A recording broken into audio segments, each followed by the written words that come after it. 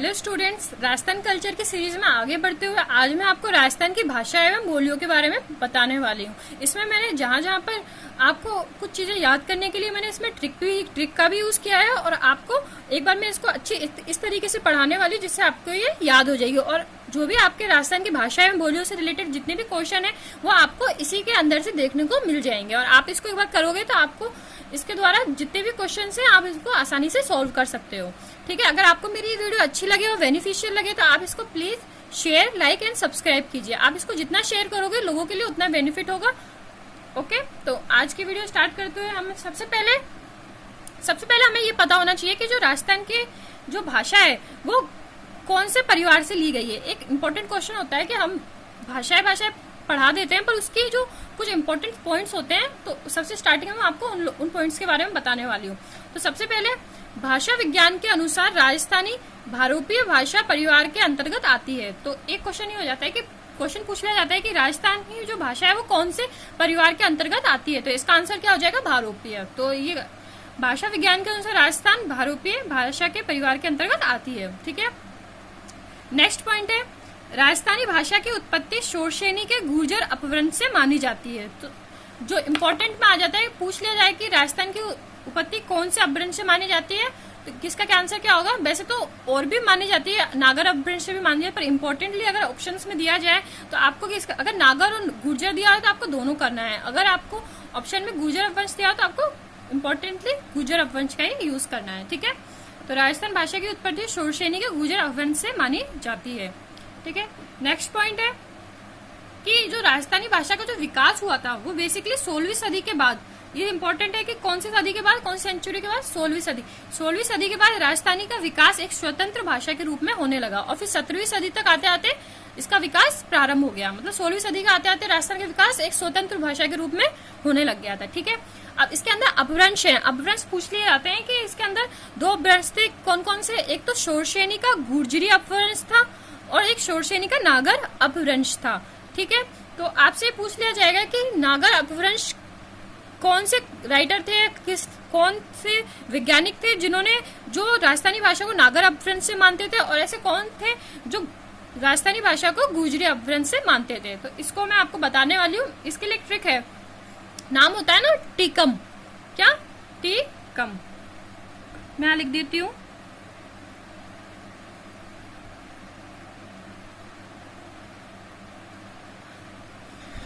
ठीक है, आपको आई हो, आपको दिख रहा हो टीकम।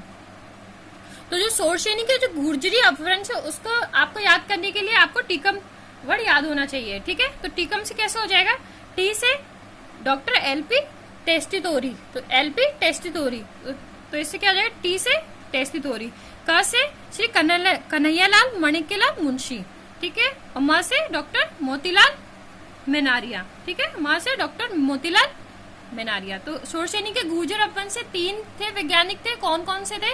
टीकम। टी से एलपी डॉक्टर एलपी टेस्टितोरी, क से डॉक्टर कन्हैयालाल माणिक्यलाल मुंशी और म से डॉक्टर मोतीलाल मेनोरिया। ठीक है, याद हो गए। अब शोरशेनी के जो नागर अपभ्रंश था तो उसके लिए सिर्फ एक ही वैज्ञानिक थे, क्या नाम था उनका? Sir George Abraham Grierson. ये पहले ऐसे व्यक्ति थे, आगे मैं आपको आगे बताने वाली हूँ कि ये पहले ऐसे व्यक्ति थे जिन्होंने राजस्थानी भाषा का मतलब जो राजस्थानी जो वर्ड है उसका भाषा के रूप में प्रयोग किया था। कौन थे वो?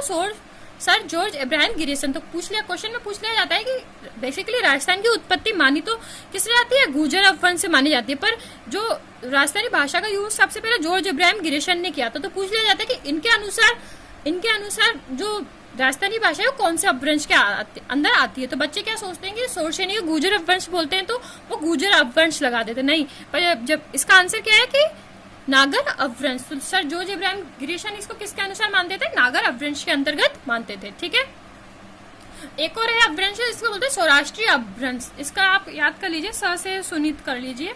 तो सौराष्ट्रीय अफसर डॉक्टर सुनीत कुमार चटर्जी। ठीक है, नेक्स्ट मैंने अभी आपको बताया था कि जो डॉक्टर जॉर्ज अब्राहम गिरिसन थे वो प्रथम व्यक्ति थे जिन्होंने अपनी उनकी पुस्तक का नाम क्या था? Linguistic survey of India. Linguistic survey of India, उनकी ये बुक का नाम इंपॉर्टेंट है, आप इसको याद रखिएगा कि डॉक्टर जॉर्ज गिरिसन ने वो पहले व्यक्ति थे जिन्होंने अपनी पुस्तक लिंग्विस्टिक सर्वे ऑफ इंडिया में राजस्थानी भाषा का उपयोग किया था। तो एक क्वेश्चन तो ये बन जाता है कि राजस्थानी भाषा का सबसे प्रथम बार उपयोग किसने किया था, तो इसका आंसर हो जाएगा डॉक्टर जॉर्ज इब्राहिम गिरिसन। अब पूछ लिया जाए किस चीज में किया था, उनके बुक का नाम क्या था जिसमें उन्होंने राजस्थानी भाषा का सबसे पहले उपयोग किया, तो बुक का नाम क्या था, लिंग्विस्टिक सर्वे ऑफ इंडिया।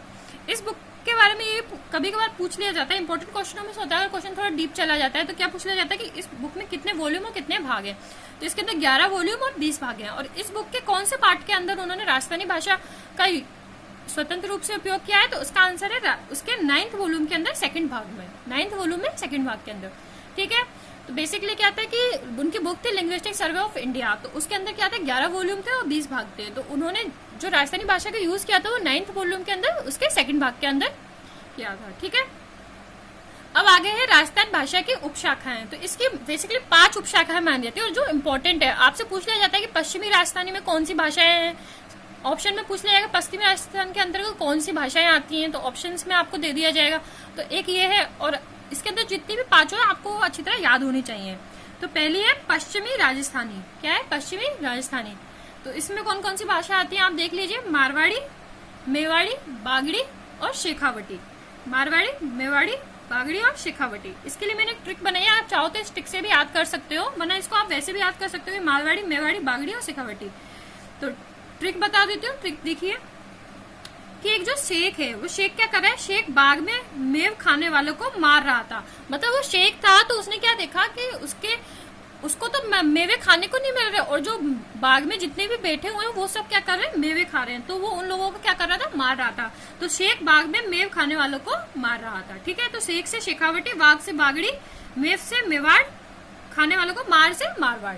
ठीक है, तो पश्चिमी राजस्थान के अंदर कौन कौन से हो गए, शेख बाग में मेव खाने वालों को मार रहा था, तो शेख से शेखावटी, बाग से बागड़, मेव से मेवाड़ और मार से मारवाड़। ठीक है, 4th लैंग्वेज आपको याद होगी पश्चिमी राजस्थान के अंदर। ठीक है, नेक्स्ट है मध्य पूर्वी राजस्थानी। जो मध्य पूर्वी राजस्थानी है, जो राजस्थान का जो मैप है उसके पूर्वी भाग के अंदर, तो उसके अंदर कौन सी बोली जाती है, ढूंढाड़ी और हाड़ौती। ढूंढाड़ी और हाड़ौती। आप इसको ऐसे कर सकते हैं, वो जो हिंदी वर्णमाला होती है ना, ट ठ ड, तो उसकी सीरीज के अंदर आता है ढ ड, आता है ना एक ही सीरीज के अंदर। तो इसके अंदर आप ऐसे करते हो, ढूंढाड़ी और हाड़ौती किसके अंदर है, मध्य पूर्वी राजस्थानी के अंदर। नेक्स्ट है उत्तरी पूर्वी राजस्थानी। उत्तरी पूर्वी राजस्थानी, इसके लिए आप इसको ऐसे याद कर सकते हो कि यूपी का मेवा। तो यूपी से यू से उत्तरी, पी से पूर्वी का मेवा, मेवा से मेव से मेवाती और मेवा मेव से मेवाती। तो मेवाती में, मेवा में आपने देखो लास्ट में आ की मात्रा आ रही है, तो आ से अहिरवाटी। तो मेवाती और अहिरवाटी जो ऐसी लैंग्वेज हो किस पे बोली जाती है, उत्तरी और पूर्वी इलाके में बोली जाती है। नेक्स्ट है दक्षिणी पूर्वी राजस्थानी। दक्षिणी पूर्वी जो राजस्थानी होती है इसके अंदर कौन कौन सी भाषा बोली जाती है, मालवी एवं निवाड़ी। मालवी तथा निवाड़ी। तो इसके लिए आप ट्रिक देख सकते हो कि जो एक लड़का है जिसका नाम क्या है, दीपू मालव। लड़के का नाम क्या है, दीपू मालव। वो क्या कर रहा है, नीम तोड़ रहा है। तो लड़के का नाम क्या है, दीपू मालव। वो क्या कर रहा है, नीम तोड़ रहा है। तो दीपू से दक्षिणी पूर्वी हो गया और पूरा नाम क्या था, दीपू मालव। मालव से मालवी भाषा हो गई और क्या तोड़ा है, नीम से निमाड़ी हो गया। ठीक है, और एक 5th शाखा है दक्षिणी राजस्थानी। ठीक है, नेक्स्ट आते हैं कि जैसे जॉर्ज इब्राहिम गिरिसन था, उन्होंने इसको 5 उपशाखाओं के अंतर्गत बांटा था अपनी बुक के अंदर 9th वॉल्यूम के सेकंड भाग के अंदर। उसी तरह से जो डॉक्टर LP टेस्टिटोरी थे उन्होंने भी इसको 2 भागों में बांटा था।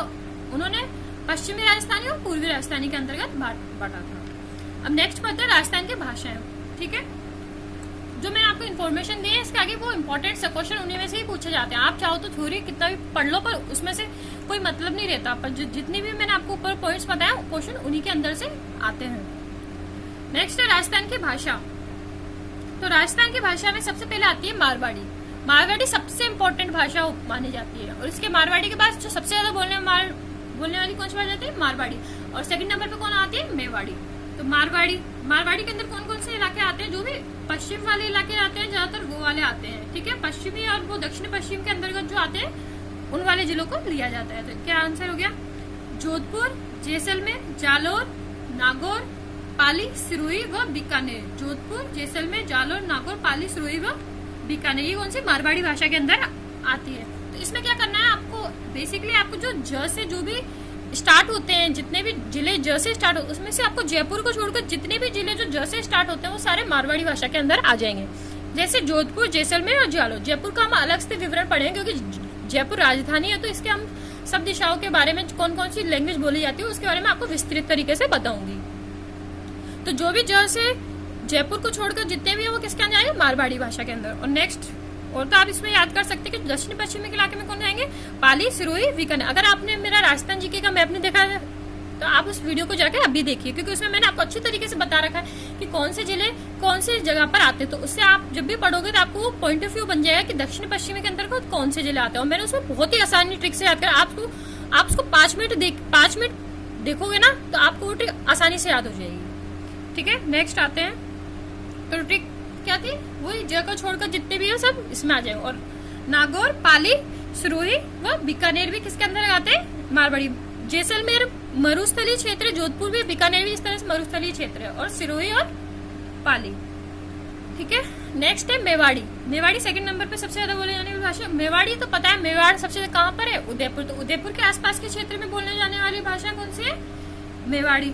तो उदयपुर के आसपास और कौन कौन से जिले आते हैं, भीलवाड़ा, चित्तौड़गढ़, राजसमंद। भीलवाड़ा, चित्तौड़गढ़, राजसमंद में भी ये भाषा बोली जाती है। इसमें बेसिकली नीचे के तो इसमें गुजरात और भील के जो लोग होते हैं उनका प्रभाव ज्यादा देखने को मिलता है। तो मेवाड़ी में कौन से हो गए, उदयपुर के आसपास के क्षेत्र, जिसमें भीलवाड़ा, चित्तौड़ और राजसमंद। नेक्स्ट है मेवाती।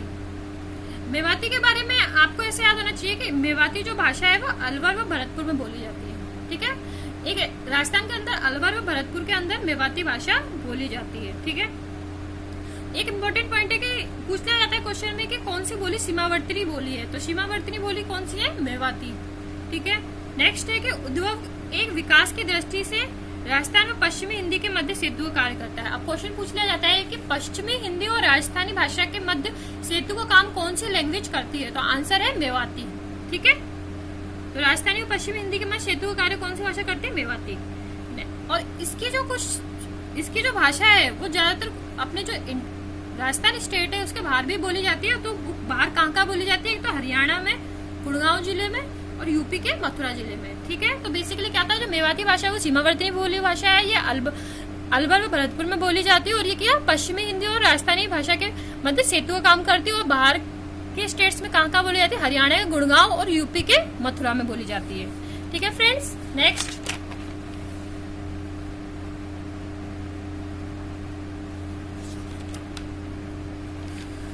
नेक्स्ट है मालवी भाषा। तो मालवी भाषा है, इस पे मैंने लिखा मारवाड़ी ढूंढानी। इसमें मारवाड़ी और ढूंढानी, अभी मैं इसको आगे पढ़ाऊंगी ढूंढानी के बारे में। तो मारवाड़ी और ढूंढानी का प्रभाव ज्यादा देखने को मिलता है। ठीक है, तो जो मालवी भाषा है, तो मालवी भाषा के अंदर क्या है, मालवी में अंदर क्या था, कोटा, बूंदी, झालावाड़ और बारां। कोटा, बूंदी जो दक्षिणी पूर्वी के जो इलाके हैं, कोटा, बूंदी, झालावाड़ और बारां, ये हाड़ौती के क्षेत्र के अंतर्गत आते हैं। बल्कि तो इसके अंदर क्या हो जाता है, जो मालवी जो इलाका होता है उसके अंदर क्या छोड़ दिया जाता है, उसके अंदर बूंदी को छोड़ दिया जाता है और बारां को छोड़ दिया जाता है। तो झालावाड़, कोटा तो आएंगे, और उसके साथ साथ कौन कौन से जिले, प्रतापगढ़ और कुछ एमपी के क्षेत्र, क्योंकि इसके बाद इसमें एमपी का बॉर्डर लग जाता है तो एमपी के क्षेत्र भी बोला जाता है। तो मालवी भाषा में कौन कौन से, झालावाड़ और कोटा और प्रतापगढ़ और कुछ एमपी के क्षेत्र। हाड़ौती में बताया था कोटा, बूंदी, झालावाड़ व बारां। नेक्स्ट है अहीर बाटी। अहीर बाटी जिसको क्या बोलते हैं, राठी भी बोलते हैं। ठीक है, ये ज्यादातर कौन से समाज के लोग हैं, क्वेश्चन पूछना जाता है। अहीर बाटी कौन सी जाति के क्षेत्र के बोली के लिए फेमस बोली है, तो उसके क्या, आभीर जाति के क्षेत्र की बोली है, जिसके कारण इसे क्या बोलते हैं, हीरवाटी या हिरवाल भी कहा जाता है। इस कारण इसका हीरवाटी या हिरवाल भी कहा जाता है। ये बेसिकली अहीर बाटी तो अह से अलवर में, और कहाँ बोली जाती है, जयपुर में। अलवर और जयपुर में बोली जाती है। और इसमें भी बेसिकली एक जगह है जिसमें अलवर के अंदर तो कौन सी, बहरोड और मुंडावर तहसील के अंदर, और जयपुर में कोटपुतली तहसील। पूछ लिया जाता है कि जयपुर की कोटपुतली तहसील में कौन सी लैंग्वेज बोली जाती है, तो आंसर इसका क्या जाएगा, अहीर वाटी। ठीक है, नेक्स्ट है रांगड़ी। रांगड़ी क्या होता है कि जैसे मैंने आपको मालवा भाषा बताया थी आपको कि जो कहाँ बोली जाती है, झालावाड़, कोटा, प्रतापगढ़ और उसके कुछ एमपी के क्षेत्र में। तो वहाँ के जो राजपूत होते थे वो जो एक कर्कश भाषा का यूज करते थे उसको क्या बोलते थे, रांगड़ी। तो बेसिकली मालवा के राजपूतों से मालवी एवं मारवाड़ी के मिश्रण से बनी है। ये मालवी और मारवाड़ी के मिश्रण से बनी है, तो इसका क्या आंसर हो जाएगा, रांगड़ी। नेक्स्ट है निमाड़ी। जो निमाड़ी है, ये इसको आप इम्पोर्टेंट कि क्वेश्चन पूछा जाता है कि दक्षिणी राजस्थान की बोली कौन सी है। 5 शाखाएं पढ़ी थी जिसमें दक्षिणी भी था, तो उसके अंदर पूछा जाएगा दक्षिणी राजस्थान की बोली कौन सी है, और ऑप्शन में दिया होगा निमाड़ी, तो आंसर क्या हो जाएगा निमाड़ी। तो मालवी की उपबोली कौन सी है, दक्षिण राजस्थान में बोली जाती है, ठीक है। तो ये निमाड़ी जो है ये मालवी की भी उपबोली है। नेक्स्ट है खेराड़ी। खेराड़ी क्या होता है, शाहपुरा, भीलवाड़ा और बूंदी के अंतर्गत बोली जाती है, और इसके अंदर ये बहुत इंपॉर्टेंट पॉइंट है कि कौन से भाषाओं के मिश्रण से बनती है। तो ये आंसर है मेवाड़ी, ढूंढानी एंड हाड़ौती। हाड़ौती में कोटा, बूंदी, झालावाड़ा और बारह पड़ा था, ठीक है। और मेवाड़ी उदयपुर के आसपास का क्षेत्र है, जिसमें भीलवाड़ा, उदयपुर, राजसमंद का इलाका था। और ढूंढानी में जयपुर का इलाका आता है, और कुछ टोक, पाली, अजमेर, किशनगढ़ के क्षेत्र आते हैं, जो मैं आपको आगे बताने वाली हूँ। नेक्स्ट है शेखावटी। शेखावटी आपको पता है, जो भी वो होते हैं ना उधर के इलाके, मारवाड़ी की भी उपबोली माने, चूरू शिका झुंझुनू की भाषाएं भी शेखावटी के अंदर बोली जाती हैं। नेक्स्ट है गोड़वाड़ी। गोड़वाड़ी के अंदर क्या है, गोड़वाड़ी के अंदर जालोर जिलों की आहोर तहसील, पाली व मारवाड़ी की उपबोली। जो अभी मैं आपको बताऊंगी कि मारवाड़ी की उपबोलियां कौन कौन सी हैं और ढूंढानी की उपबोलियां कौन कौन सी हैं, ठीक है। तो शेखावटी की मारवाड़ी की उपबोली, चूरू शिका झुंझुनू, गोड़वाड़ी के जालोर जिलों के आहोर तहसील की पाली मारवाड़ी की उपबोली है। इसमें एक इम्पोर्टेंट पॉइंट है कि पूछा जाता है कि विशलदेव रासो जिसने अपनी रचनाएं करी थी, तो विशलदेव रासो कौन सी भाषा के अंतर्गत आती है, तो इसका आंसर क्या हो जाएगा गोड़वाड़ी। तो विशलदेव से आप गोड़वाड़ी कर सकते हो, वाड़ी। नेक्स्ट है देवड़ावाड़ी। ये सिरोही के इलाकों में बोली जाती है, ठीक है। ये भी मारवाड़ी की उपबोली है। नेक्स्ट आ जाते हैं अपने राजधानी जयपुर के ऊपर। तो जयपुर से रिलेटेड क्वेश्चन पूछ लिया जाता है कि जयपुर के ईस्ट में कौन सा है, उस तरीके से, ठीक है। तो सबसे पहले जयपुर। तो जयपुर के जो पूर्व में जो तोरावटी एक दो जगह पर बोली जाती है। पहले हम जयपुर के बारे में पढ़ते हैं। तो जयपुर जो तोरावटी लैंग्वेज है जयपुर के उत्तर में बोली जाती है। कौन सी लैंग्वेज, तोरावटी। नेक्स्ट पढ़ेंगे जब हम ढूंढानी पढ़ेंगे, तो उसमें ढूंढानी में उत्तरी जयपुर को छोड़कर जिस जगह पर बोली जाती है वहां पर भी ढूंढानी कुछ इलाकों में बोली जाती है, लेकिन उसमें क्या था, उत्तरी जयपुर को छोड़कर। तो उत्तरी जयपुर में अंदर कौन सी बोली जाती है, तोरावटी, ठीक है। उत्तरी हो गया। अब दक्षिणी के अंदर हो गया काठेड़ी। तो आप ऐसे याद करें, तोरावटी और नीचे कौन से हो गया, काठेड़ी। ताकना, ऐसा होता है ताकना, ऐसे देखना, तो ताकना से आप कहते हैं तोरावटी और काठेड़ी। और पूर्व में कौन सी बोली जाती है, राजावटी। पूर्व में कौन सी बोली जाती है, राजावटी। और इसके दक्षिणी पश्चिम में कौन सी बोली जाती है, चौरासी। तो आप ऐसे कर सकते हैं कि उत्तर और दक्षिणी में कौन सी कर सकते हैं, ताकना। और पूर्वी और पश्चिमी क्या कर सकते हैं कि राजा ने चोर को पकड़ा, तो इस तरह से राजावटी और चौरासी। तो दक्षिणी पश्चिम बोली जाती है। और ये जो दक्षिणी पश्चिम में चौरासी लैंग्वेज बोली जाती है, टोक में भी बोली जाती है, ठीक है। ये टोक के पश्चिम में बोली जाती है। तो चौरासी लैंग्वेज टोक के पश्चिम में बोली जाती है, ठीक है। और जो तोरावटी लैंग्वेज थी वो एक तो जयपुर के उत्तर में बोली जाती थी, ठीक है, और झुंझुनू के दक्षिण में बोली जाती है, और सीकर के पूर्वी भाग में भी बोली जाती है, ठीक है।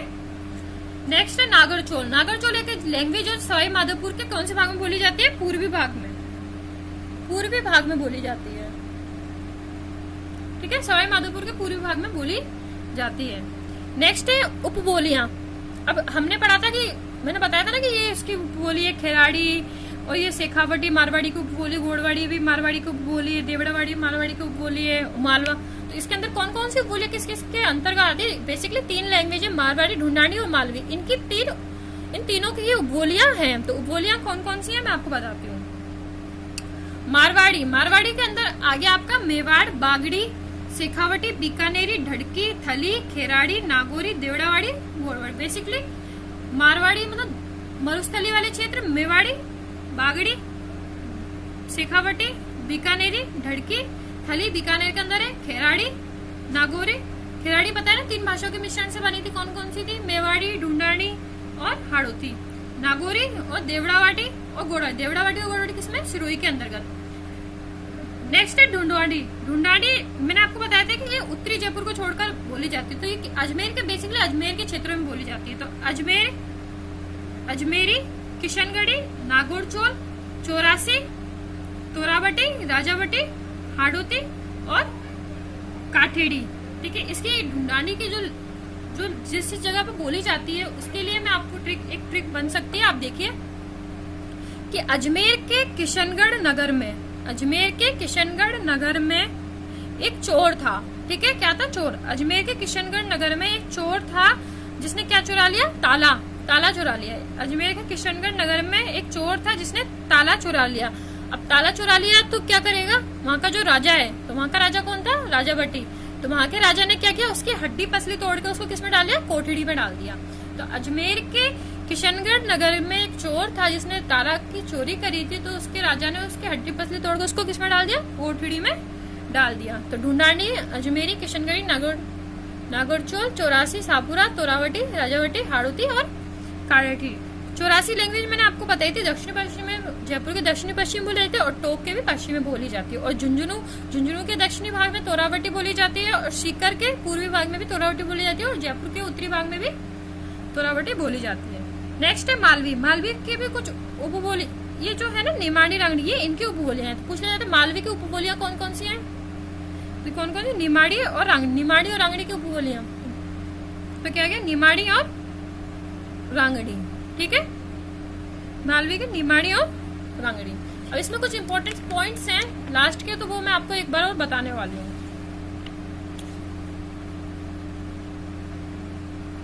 Important points.